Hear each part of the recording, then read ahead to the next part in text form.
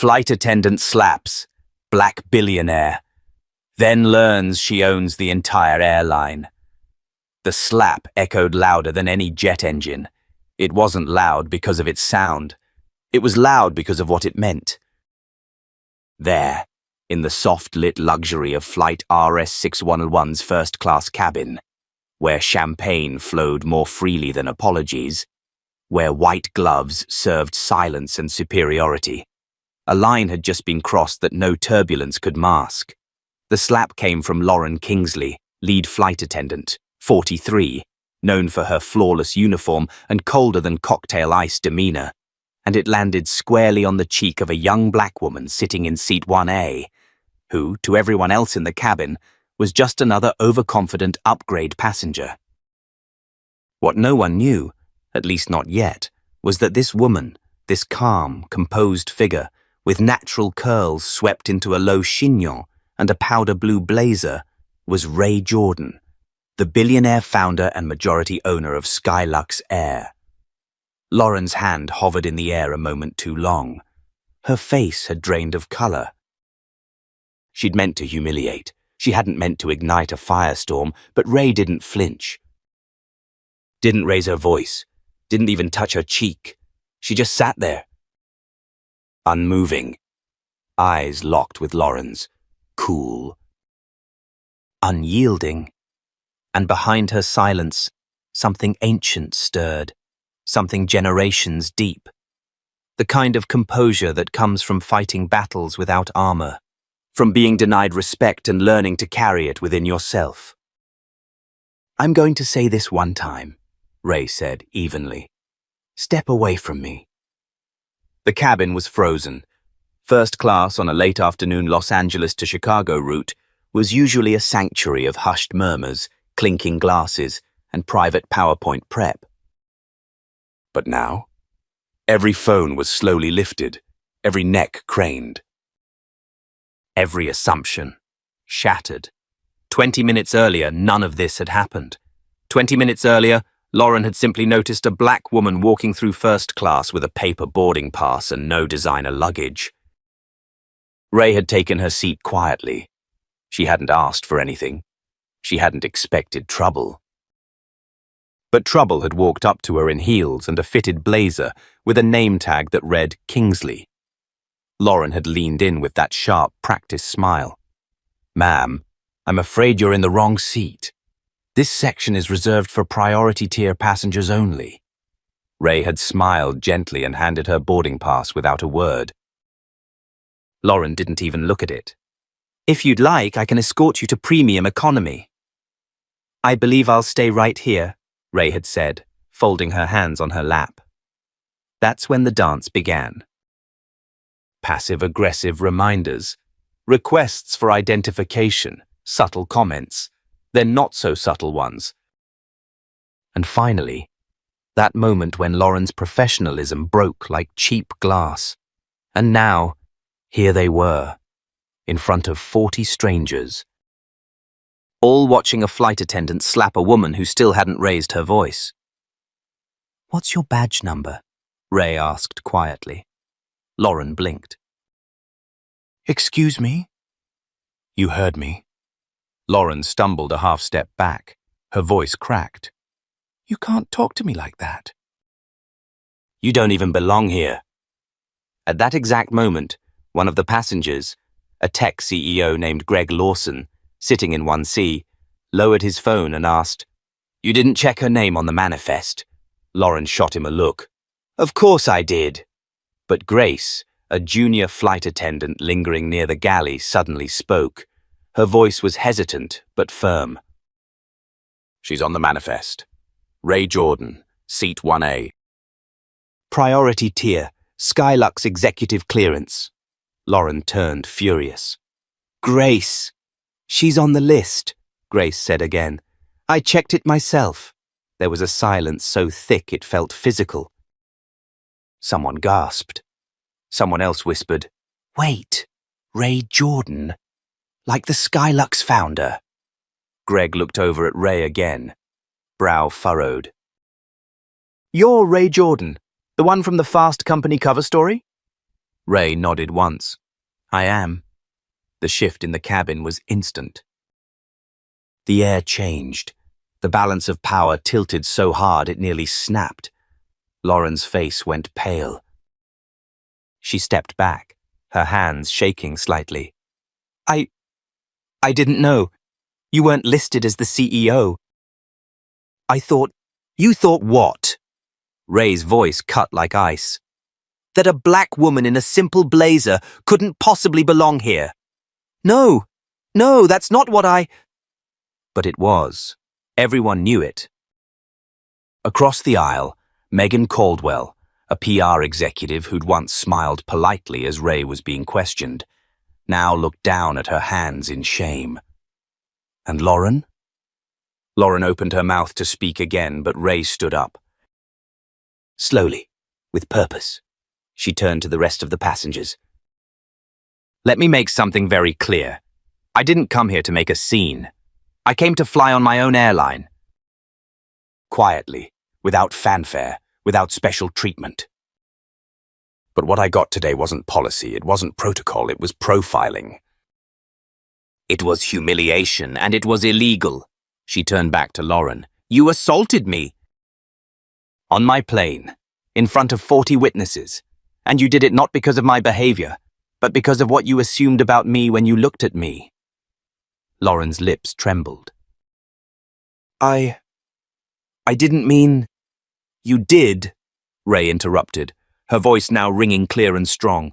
And now you'll face the consequences. At that moment, the captain's voice came over the intercom, slightly breathless. This is Captain Ellison. We've been informed of a Level 1 security incident in the cabin. We'll be diverting to Denver for emergency resolution. Lauren's knees buckled slightly. She looked like she might faint. Greg muttered under his breath, You're gonna need a lawyer. From the galley, Grace stepped forward again, this time with more confidence. Miss Jordan, I want you to know I saw what happened. And I should have spoken sooner. I'm sorry. Ray looked at her, and for the first time that day, her expression softened. Thank you, Grace. For telling the truth, it still matters. The plane banked slightly. The cabin lights flickered. The passengers were no longer just observers, they were witnesses. And in a world of silence and complicity, they were being forced to choose. The truth had landed, but the reckoning, it was still taxiing toward them. Ray sat down again, calm as ever. She opened her tablet and typed a single message to her executive team. Incident in progress, slap recorded. Flight RS611. I'll handle the press. Start HR termination procedures for Kingsley. She hit send, then leaned back in her seat, eyes closed, expression unreadable. The skies had always belonged to the powerful, but today, someone powerful had come to reclaim them, with nothing more than a boarding pass, a spine of steel, and a slap heard around the world. The landing was abrupt. No one clapped. No one breathed. The wheels screeched against the Denver tarmac with a sharpness that matched the mood in first class. As the aircraft slowed and turned toward a secluded hangar instead of the main terminal, the tension snapped taut like piano wire. Inside the cabin, Ray Jordan didn't move. Lauren Kingsley, now seated stiffly in the jump seat with her eyes glassy and hands folded too tightly in her lap, kept her gaze fixed straight ahead, as though looking anywhere else might shatter what little control she still clung to. The silence was broken only by the muted chime of the seatbelt sign switching off. The cabin crew stood frozen. Then, over the PA, Captain Ellison's voice came on again, softer now, but heavy with finality. Ladies and gentlemen, please remain in your seats. Ground security is boarding. This is a controlled disembarkation due to an onboard incident. We thank you for your cooperation. A murmur rippled through the first-class cabin. A few passengers leaned in toward each other, whispering about what had happened. Others avoided eye contact entirely, ashamed of how long they'd stayed quiet. Then came the real twist. As the cabin door opened, two security officers in dark navy uniforms stepped in. They didn't go to Ray. They went directly to Lauren. "Ms. Kingsley," the older of the two said, his voice firm but formal. "Please come with us." Lauren blinked. Her mouth opened, then closed. "What? Why?" "I didn't do anything illegal. This is a misunderstanding. I didn't know who she was," the younger officer replied. "That's not the issue." Lauren looked around, desperate. "Wait, hold on. I've worked for this airline for 12 years. I've served diplomats, celebrities, royalty. I've received commendations." Ray finally looked up. "And now, Lauren," she said calmly, "you'll receive something else. Consequences." Lauren turned to Ray, her voice cracking. "You set me up. You hid who you were on purpose." "I did," Ray said without apology, "because people like you treat power with respect and treat everyone else with suspicion. I wanted to see how you'd act when you thought I was no one." The older officer gestured again. "Ma'am." Lauren rose shakily, her composure shredded. Her perfect uniform now looked like a costume that no longer fit. She paused before stepping off the plane, turning toward the passengers who were now all watching her. "I didn't mean to cause offense. I was just doing my job." Greg Lawson scoffed. "Slapping someone isn't in your job description." Ray didn't say another word. Lauren walked off the plane under escort, the door closing behind her with a dull, final hiss. The moment hung. Then someone clapped, just once, then again. The cabin didn't erupt in applause, but it rippled with it, a slow, uncertain surge of solidarity. A few passengers looked embarrassed. Others joined in, but the most surprising came from seat 3A. An older white woman with pearl earrings and a pale blue scarf leaned over her armrest, voice soft but sincere. "Ms. Jordan," she said, "I watched what happened, and I didn't speak up." "I want to say I'm sorry, that was wrong." Ray turned. "Thank you." "It means something, truly."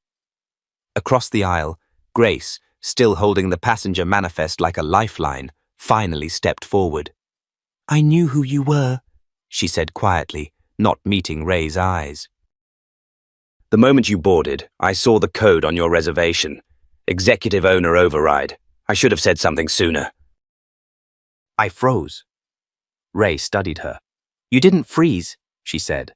"You hesitated." "And you came forward when it mattered." Grace's voice cracked. "Is that enough?" "No," Ray replied honestly. "But it's a start." Captain Ellison entered the cabin moments later, removing his cap, his face unreadable. He stood next to Ray. "Ms. Jordan," he said, "I've just been briefed." "On behalf of the crew, I apologize." Ray stood slowly. "Captain, I don't need apologies." He blinked, uncertain. "I need change," she finished. A short pause. Then the captain nodded. "Understood." The ground team announced a staggered disembarkation. Ray, as the flight's highest-ranking passenger, was given the option to deplane first, but she refused. "No," she said. "Let everyone off. I'll be last. I'm not above anyone here." As the cabin emptied, one passenger after another glanced back at her with different expressions. Curiosity, guilt, respect, even admiration, even Daniel, the quiet businessman in seat 2C, who had remained a silent observer until the slap, paused beside Ray before exiting. "You know," he said, "in 20 years of flying, I've never seen someone turn an entire power dynamic upside down with just presence." Ray gave a small smile. "Sometimes, presence is all you've got." When the cabin was empty and only she and Grace remained, Ray turned to the young flight attendant. "Can I ask you something?" Ray said. Grace nodded quickly. "What made you finally speak?" Grace swallowed. "Because I realized silence was worse. And because someday I want to be someone who deserves to wear this uniform. Ray looked at her for a long moment.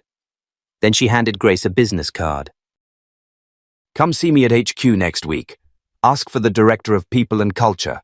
Tell them I sent you. Grace's eyes widened. Are you offering me? I'm offering you a clean start.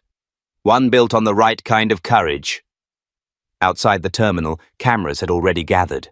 Someone had leaked the diversion to the press. Ray stepped out into the evening air, shoulders back, eyes forward. She didn't flinch at the flashes. She didn't hide behind PR handlers. She walked calmly to the black SUV waiting with the Skylux logo on the license plate. Inside, her chief of staff, Yvette, was already scrolling through her tablet. We've got requests for statements from CNN, MSNBC, The Journal, even a piece brewing on Vox. Everyone's heard about the slap. They want to know if it's true. Ray leaned back against the seat. Tell them it happened, she said. But don't call it a scandal. What should we call it then? Yvette asked. Ray looked out the window. A reckoning. The next morning, the world was watching. By 8:12 a.m., the slap had gone viral. The footage, filmed from 2 angles by passengers in first class, was on every major platform. One clip on TikTok had already passed 6 million views. A YouTube video titled "Flight Attendant Slaps Wrong Woman" was trending across North America. Even conservative talk shows and late-night comedy hosts had found their way into the narrative. Some mocking Lauren Kingsley, others questioning how someone so high up could remain unrecognized. In her penthouse suite overlooking downtown Denver, Ray Jordan stood barefoot by the window, coffee in hand, her phone vibrating with non-stop alerts. She ignored them all. Downstairs, her PR team had assembled for an emergency meeting. Ray descended like gravity itself. No rush, no drama, only control. Yvette, her chief of staff, stood at the head of the table with 4 phones, 2 laptops, and a legal notepad already half filled with scribbles. Morning, Ray, she said. You've got MSNBC online too. The NAACP wants to set up a call, and the Department of Transportation sent a preliminary inquiry. Everyone wants a piece of the story. Ray took a seat at the end of the table. Then let's decide what we're giving them. David Simons, head of legal, adjusted his tie. If you go public today, you'll own the narrative. You've already got public sympathy, but we don't want to overplay the victim card. I'm not a victim, Ray said, calm. And we're not doing a pity campaign. We're doing something different. Yvette nodded. We lean into accountability, not just for Lauren, but for the culture that created her. A beat of silence passed. Ray leaned forward, folding her hands. Let's do it. Press conference. Today at noon. David frowned. That's fast. She hit me in front of 41 people, Ray said. But the real story is what didn't happen. No one stopped her. That silence speaks louder than the slap. Across town, Lauren Kingsley sat in her apartment, blinds drawn, mascara streaked under her eyes. She hadn't slept. Her phone had been ringing all night, from unknown numbers, reporters, even her own mother. But she hadn't answered any of them. She was still trying to process what had happened. Not just the slap, but the reveal. Ray Jordan, billionaire CEO of Skylux Airlines. The woman Lauren had dismissed, degraded, and finally humiliated in front of a full cabin. It made no sense. Why had Ray been there in the first place, unannounced, in disguise? That question haunted her. Then came the knock at the door. Not firm. Not polite. Reluctant. Lauren opened it to find a woman in a sleek grey coat and wire-frame glasses holding a brown envelope. You're being served, the woman said flatly. notice of termination and a cease and desist on all public statements related to the incident. Lauren's fingers trembled as she took the envelope. The woman hesitated before leaving. They're saying you struck her out of bias. Is that true? Lauren's throat tightened. I didn't know who she was. Does it matter? The woman asked, then turned and walked away. At 11:58 a.m., the press gathered inside Skylux HQ's glass atrium. Reporters packed the rows, cameras buzzed, and a few protesters already held up signs outside. Dignity at 30,000 feet, and flying shouldn't mean judging. At exactly noon, Ray Jordan walked out. She wore no makeup, no jewelry, just a charcoal blazer over a crisp blouse and dark jeans. Behind her stood Grace Holloway, her head slightly bowed, and next to her, Captain Ellison in full uniform. Ray approached the podium without notes. Yesterday, I boarded one of my own planes under a priority code that identifies me to staff as an anonymous executive observer. It's something I've done for years. To see firsthand what kind of culture we've built, what kind of company we truly are. She paused. A few shutters clicked. I've seen great service. I've seen kindness.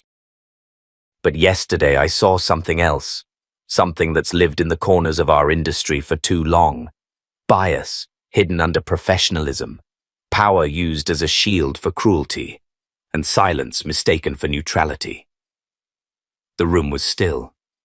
She continued. When Lauren Kingsley looked at me, she didn't see a customer. She didn't see a woman. She saw what she decided didn't belong. And for that, I hold her responsible. But I also hold myself accountable. Because culture starts at the top. Murmurs. She gestured toward Grace. This is Grace Holloway. She was there.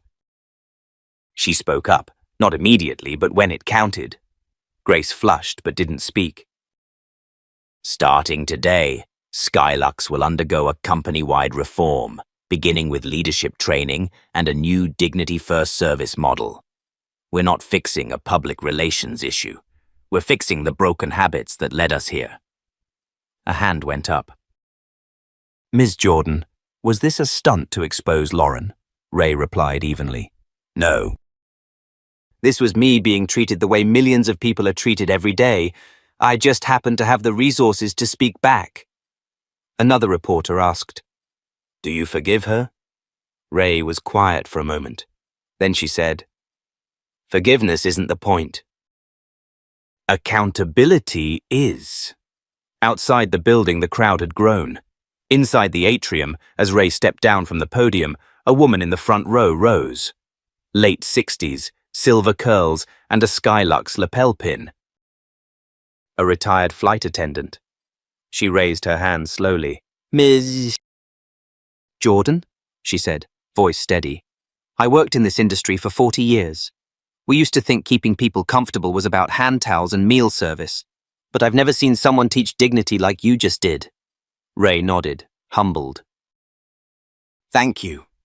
The woman smiled. Now it's our turn to teach it back. Back at her office, Yvette closed the blinds and passed Ray a folder. We've had over 400 job applications since the press conference. Most of them mention what happened on Flight 242. They want to be part of the change.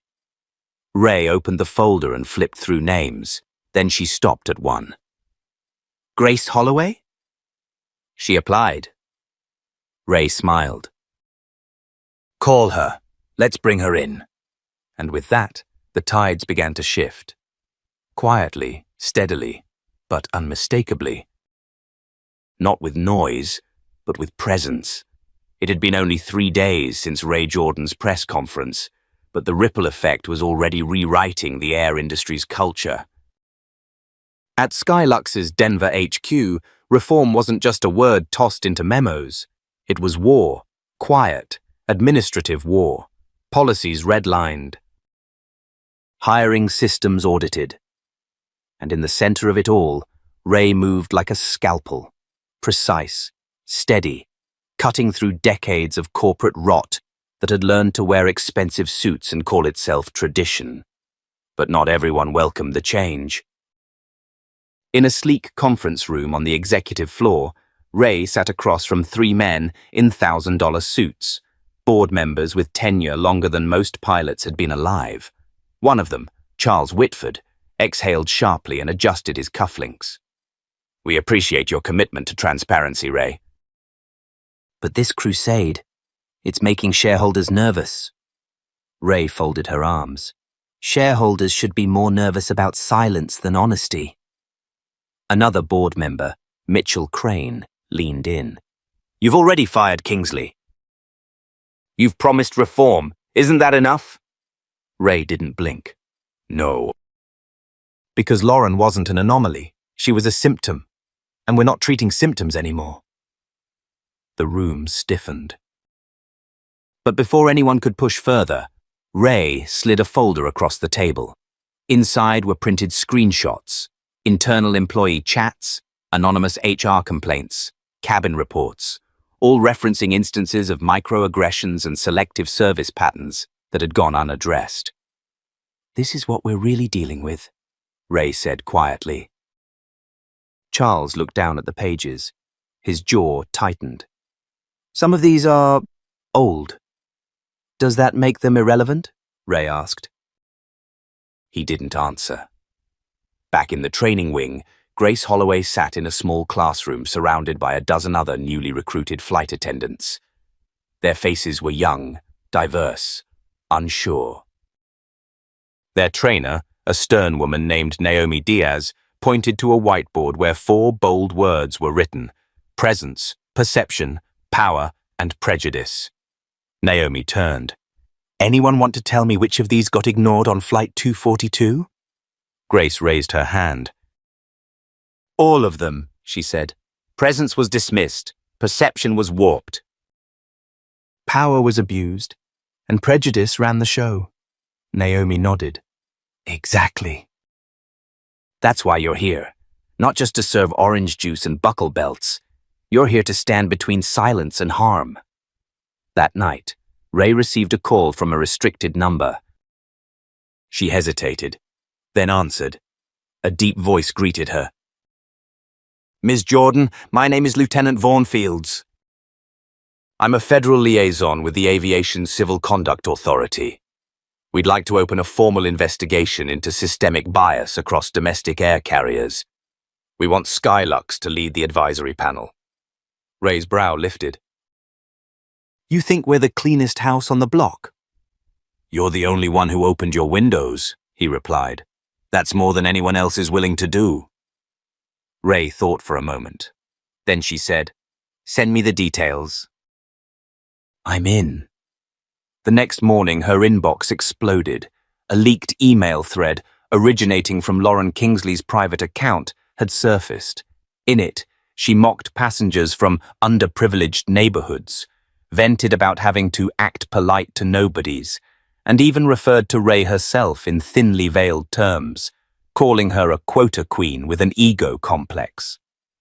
The media pounced. Hashtags lit up again. Not just one slap. Bias in the skies. Inside Skylux HQ, Ray stood beside her legal counsel, reading the leaked email in silence. The room felt colder now, even with sunlight pouring in. Yvette appeared in the doorway. "Do we respond?" Ray looked up. "We don't respond. We act." By midday, a public statement went live. Effective immediately, Skylux Airlines would partner with 3 historically black universities to develop a new leadership pipeline for women and people of color in aviation. The Ray Jordan Aviation Fellowship would fund 50 full-ride scholarships annually. Applications opened that same afternoon. News outlets scrambled to cover it. CNN aired a feature titled, "From Slap to Systemic Change, How One Woman is Rewriting the Skies." Ray didn't watch the interviews. She didn't sit for praise. She sat with her father. Thomas Jordan, retired postal worker, slow to speak, steady in his ways, poured coffee into two mismatched mugs in Ray's kitchen. He placed one in front of her, then settled in across the table. "I saw what happened," he said finally. Ray nodded.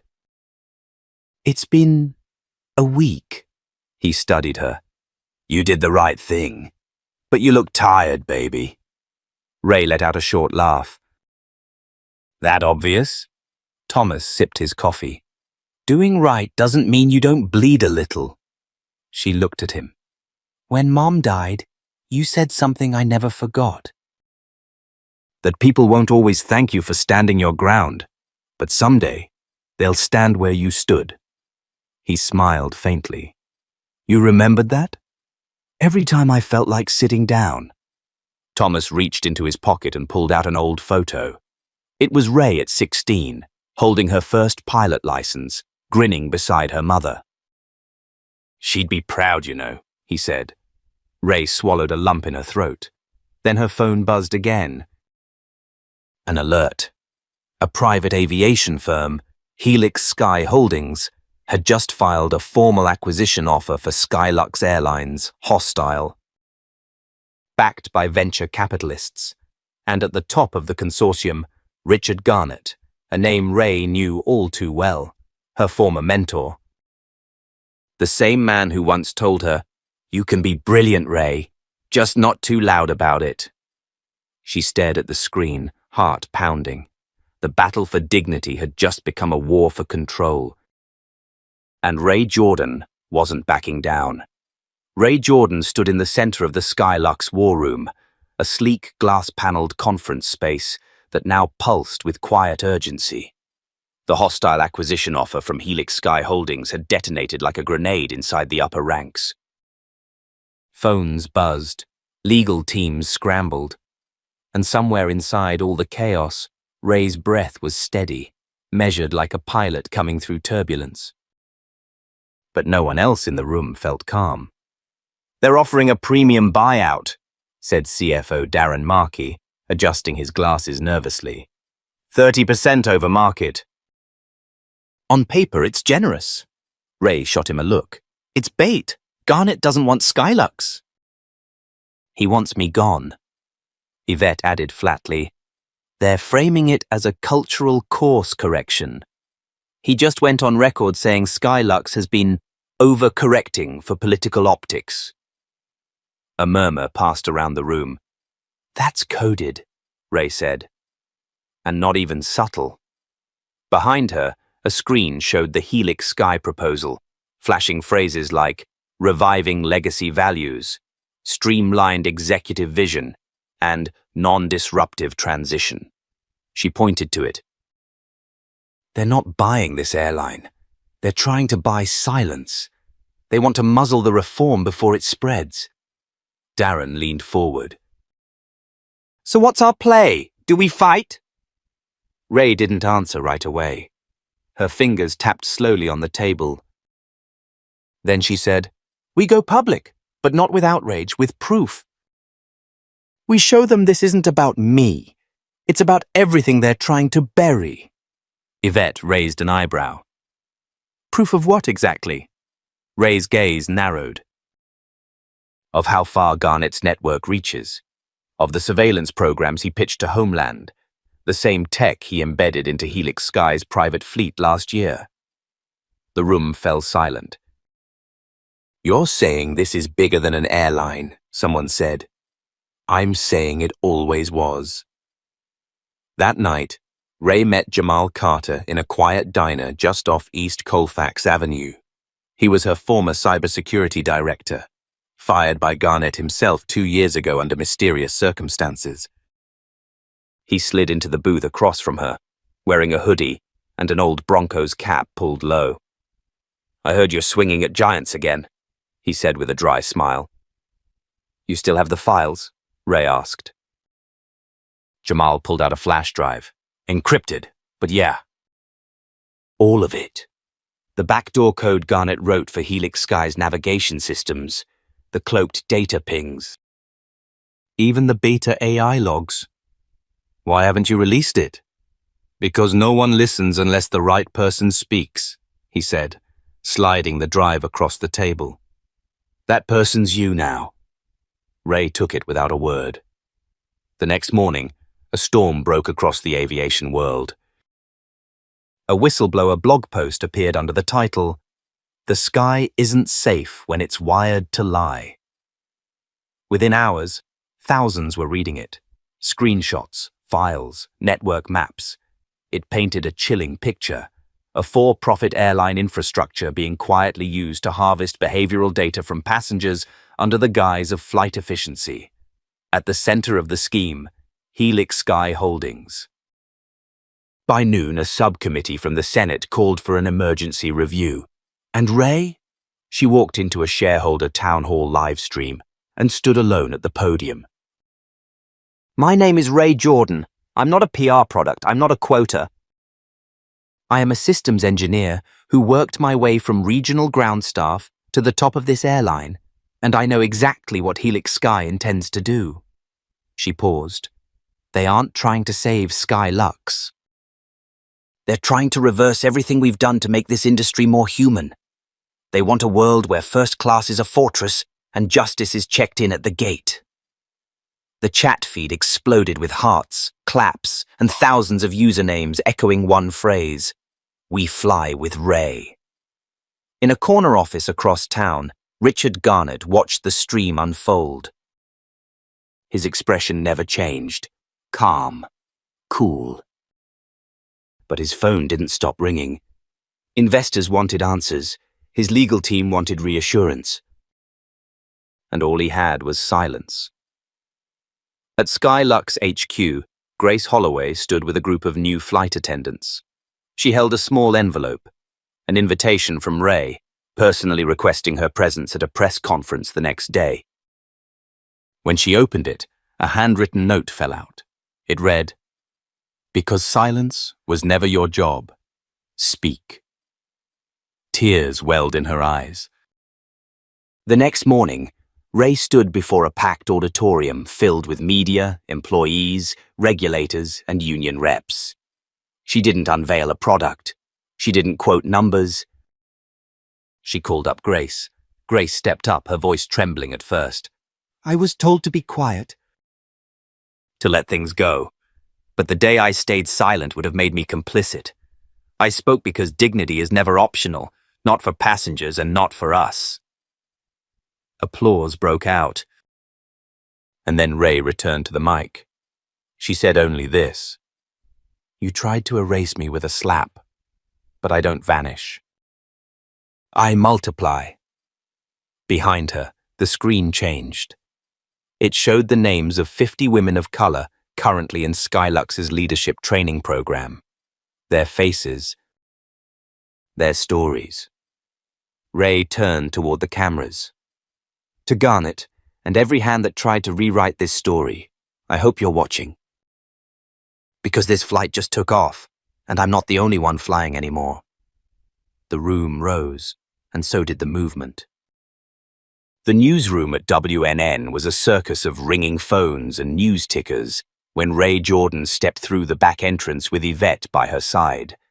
Cameras were already being set up in Studio B for a surprise primetime special. The network had moved fast. Ray had agreed to the exclusive interview under one condition: no edits, no spin. Inside the green room, Ray sat alone, microphone clipped to her lapel, her palms resting lightly on her knees. Her mind wasn't on the cameras. It was on the lives behind the headlines, the flight attendants texting her thank you messages, the engineers who used to hide their accents, the little girl who once wrote her a letter saying, "I want to fly, but they say girls like me don't." That letter still sat in Ray's wallet. The host, veteran anchor Marcus Dillon, walked in minutes before airtime, a man used to breaking scandals and babysitting politicians. But as he shook Ray's hand, he paused, genuinely searching her face. "You know," he said, "they're saying you brought down the most untouchable man in the skies." Ray responded evenly. "I didn't bring him down. The truth did. I just refused to look away." The countdown began. 10, 9. 8. The red light blinked on. The broadcast began with a calm introduction, but within 5 minutes, Marcus asked what everyone was waiting for. "Why didn't you tell anyone you owned the airline the day you were assaulted on that flight?" Ray didn't flinch. Because if I had, the story would have become about a CEO being insulted. But that wasn't the point. I wanted people to see what happens when someone isn't important enough to be treated with basic decency. She leaned forward slightly. The lesson had to hit first. The reveal came after. The broadcast continued live for nearly 45 minutes. Ray dismantled Garnett's surveillance program with clarity. She outlined her ethics reform plan. She read Grace Holloway's note on air. And then, in a twist no one expected, she paused and addressed Garnett directly. "Richard, I know you're watching. You told me once behind closed doors that some people need to stay in their place. Well, here I am, in my place, leading." The feed went silent. Then Marcus asked, "Do you fear retaliation, legal or otherwise?" Ray nodded slightly. "Of course. Men like Garnett don't just go away, but he made a mistake. He taught me how the system works. I used that knowledge to fix it." The interview ended. Social media exploded. Shajt Fly with Ray hit trending #1 globally. Back at Helix Sky headquarters, Garnett's boardroom turned into a battlefield. Leaked files had triggered an internal investigation. The Department of Transportation issued an emergency hold on all Helix Sky expansion contracts. Stock plummeted. Inside his glass office, Garnett paced like a lion circling its cage. His assistant entered with a pale face. "Sir, the DOJ just requested you for a private hearing, and—" She hesitated. "We've been suspended from the FAA Innovation Council indefinitely." Garnett slammed his hand against the window. "She thinks this ends with me." His legal advisor didn't look up. "No, but it starts with you." Meanwhile, at Skylux, Ray stepped out onto the tarmac of a small private airfield where a youth aviation camp had gathered. Dozens of kids, mostly Black and Latino, swarmed her with notebooks, questions, and shy smiles. Among them was the little girl from the letter, now 11, beaming up at her. Ray kneeled down. "Remember what you wrote me?" The girl nodded. "I want to fly." "You still do?" "More than ever." Ray smiled. "Good." "Because the sky just got bigger, and it belongs to you too." That night, Ray returned home to find Grace waiting at her doorstep. No cameras, no microphones, just two women who had once stood on opposite ends of a cabin and now shared a single mission. Grace took a deep breath. "I was scared. I still am, but I want to testify." "Not for you. For every person who stayed quiet because they thought silence was safer." Ray stepped aside, holding the door open. "Then let's make it count." Somewhere in the distance, a private jet blinked against the sky, its luxury lights dim against the night. Inside it sat Richard Garnett, staring at his phone, replaying Ray's interview in silence. Not out of anger now, but fear. The storm he thought he controlled had become a movement. And it had a name. Ray Jordan. The courthouse steps in downtown Washington, D.C. were crawling with press, like flies drawn to the scent of power. The marble pillars stood tall, but the air was thick with something heavier than humidity, anticipation. This wasn't just another corporate hearing. This was the kind of day that carved names into history books. Ray Jordan exited the black SUV wearing a slate-gray suit that fit like armor. No entourage, no legal circus. Just Yvette at her side and a quiet confidence that settled over her like a second skin. She didn't speak to the cameras. She didn't need to. Her silence said everything. Inside, the hearing chamber buzzed with murmurs as senators, aviation executives, and federal regulators took their seats. Richard Garnett was already at the long oak table flanked by two defense lawyers and trying not to sweat through his designer suit. He offered Ray a curt nod. She didn't return it. Senator Elaine Rowe, chair of the Transportation Ethics Committee, rapped her gavel. This is a formal federal inquiry into the ethical, legal, and procedural violations connected to Helix Sky Holdings' bid for acquisition, alleged surveillance practices, and the systemic discrimination that has come to light within the commercial airline industry. We are joined by Ms. Ray Jordan, CEO of Skylux Airlines. Ray approached the microphone, adjusted it, and took a breath. "This isn't about me," she began, voice low but resonant. "This is about the system that taught employees to measure passengers by skin tone and zip code, about data collected without consent, dignity stripped in silence, and profits built on prejudice. I came here today not to defend a brand, but to demand accountability for all of us." She paused. You could have heard a paperclip drop. Senator Rowe leaned in. "Ms. Jordan, did you knowingly use a disguised boarding protocol to observe flight staff?" "Yes." "Why?" "To see how people were treated when they weren't recognizable, when they weren't assumed to be important." "And what did you find?" Ray turned her head slightly, locking eyes with Garnett. "That those assumptions are the problem." A ripple moved through the chamber.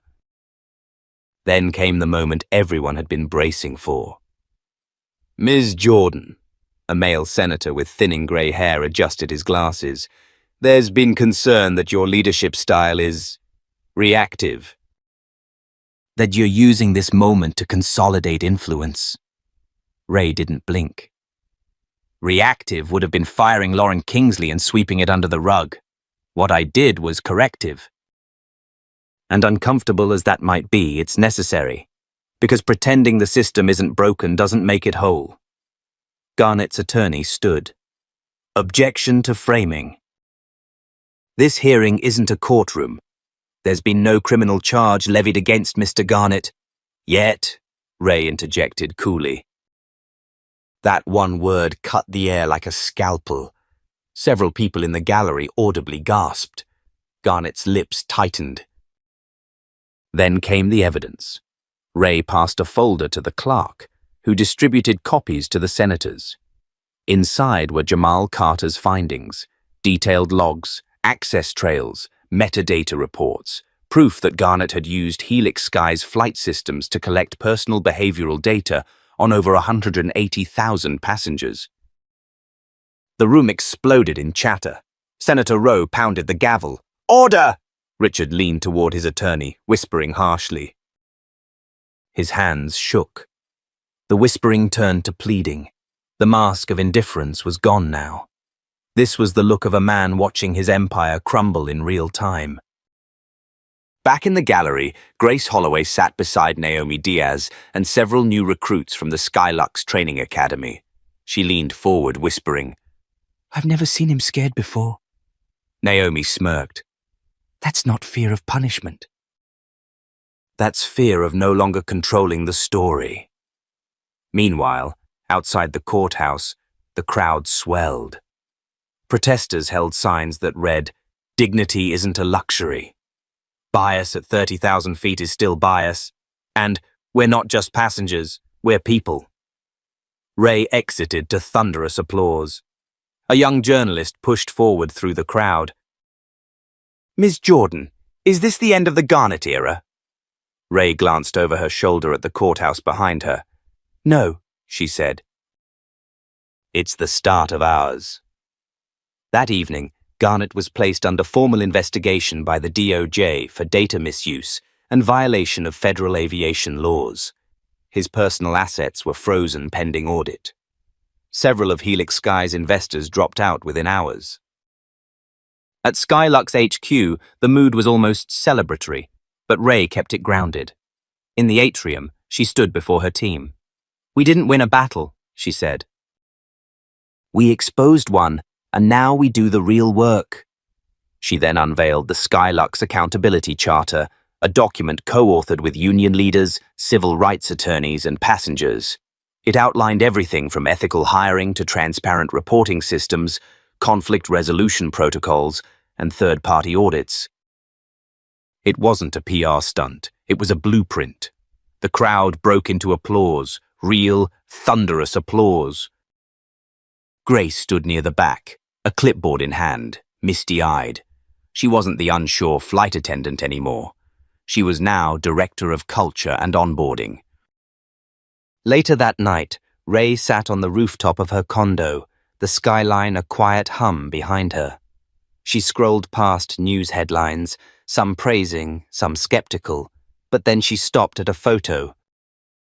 It was her, stepping off that plane in Denver, head high, shoulders square, alone, but not really. Next to the photo, a comment read, "She didn't ask for permission."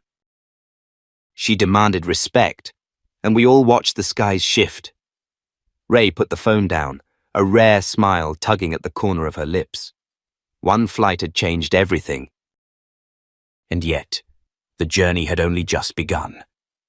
The sun crept across the floor of the Skylux boardroom in long golden stripes, cutting through the high glass windows as if nature itself had come to witness what would unfold.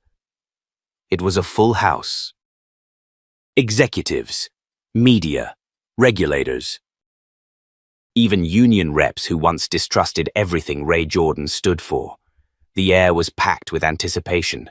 Though no one dared speak above a whisper, the final hearing on the Aviation Ethics Reform Bill was minutes away from being live-streamed nationwide. And at its center stood Ray. She wasn't nervous. She was ready. Yvette stood to her right, tablet in hand, whispering final details. "Your father's watching from the community center in Oakland. CNN's confirmed simulcast. FAA reps are on floor 2. Garnett's camp sent a statement. He's resigning from all aviation-related boards, effective immediately." Ray nodded once. "Let's finish this." At 10 o'clock a.m., sharp, she stepped into the auditorium. No grand entrance, no fanfare. Just quiet footsteps echoing on polished tile, the calm gravity of someone who had turned turbulence into testimony. When she reached the podium, she paused, not to breathe, not to prepare, but to feel. Feel the weight of every voice that had been silenced before hers, every shoulder that had slumped under bias, every hand that had typed anonymous complaints only to be ignored. Today wasn't about vindication. It was about visibility. "My name is Ray Jordan," she began, eyes scanning the audience. "And I stand here not because I'm a CEO, not because I went viral, but because I refused to let a slap define what silence had been doing for years." A hush. I was told to move to economy. Told I didn't belong. Told by a system, through one woman's hand, that my worth was negotiable. She shifted her tone. But dignity is not negotiable, and silence is no longer acceptable. Behind her, a screen lit up. Footage played, clips from passenger interviews, training reforms, the Skylux Charter, Grace Holloway's testimony, even footage of Garnett's board crumbling in real time. Then came the final twist. The footage cut to something no one expected.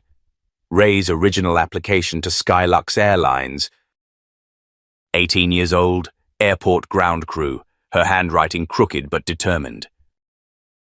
Her words. "I want to help people fly, even when the world tries to keep them grounded." The room choked up. Ray continued.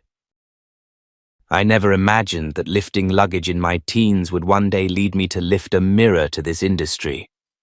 But I do believe this. Every injustice we hide becomes part of the flight plan. Every small cruelty, every ignored complaint, every person profiled, those are the hidden passengers in every seat." She paused, letting it sink in. And it's time we landed something better. The room burst into applause. Not the polite corporate kind. The kind that grows in waves. The kind that starts in the gut and lifts into a roar. Grace stepped on stage next, visibly emotional. I once thought being quiet was being professional. But now I know truth is part of the job, because no one boards a flight hoping to defend their identity at 35,000 feet. Behind them, a new video began to play, not of press conferences or hearings, but of small airports across the country where change had taken root. Skylux's new hiring events at HBCUs, young girls flying their first Cessna, engineers of color speaking at aviation expos. People once overlooked, now elevated. One clip featured a child holding a cardboard sign. Ray made me believe I belong. Ray blinked back tears. I don't want to be remembered for being slapped, she said, voice soft but unwavering. I want to be remembered for standing back up and refusing to sit down.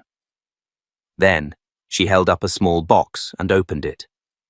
Inside was the staff badge Lauren Kingsley once wore, now stripped of its nameplate and fitted with a tag that read, "Retired with Lesson."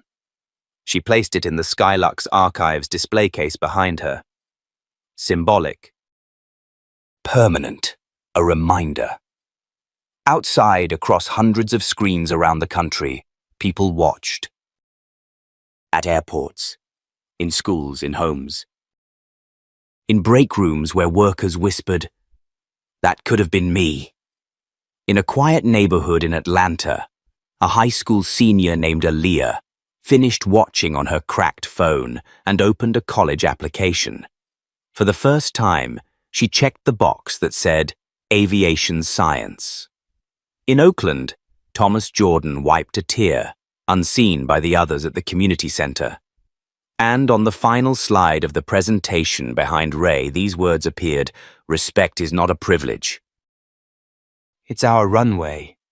As the stream ended, Yvette leaned over and whispered, You've just rewritten the code for the whole industry. Ray turned to her. Not just the industry, maybe the culture too. The camera panned out one last time as Ray stepped off the stage, not above anyone, not ahead of them, but among them. A woman who had been dismissed, doubted, and struck, now walking forward, not for herself, but for the skies she wanted every child to rise into without fear. This wasn't the end. This was the new altitude. And for anyone still watching, still wondering what justice sounds like when it finally lands, it sounds a lot like silence breaking. If this story moved you, share it with someone who needs hope. Subscribe to our channel for more stories where justice speaks, dignity rises, and courage finally takes flight. Because sometimes all it takes to change everything is to refuse to stay quiet.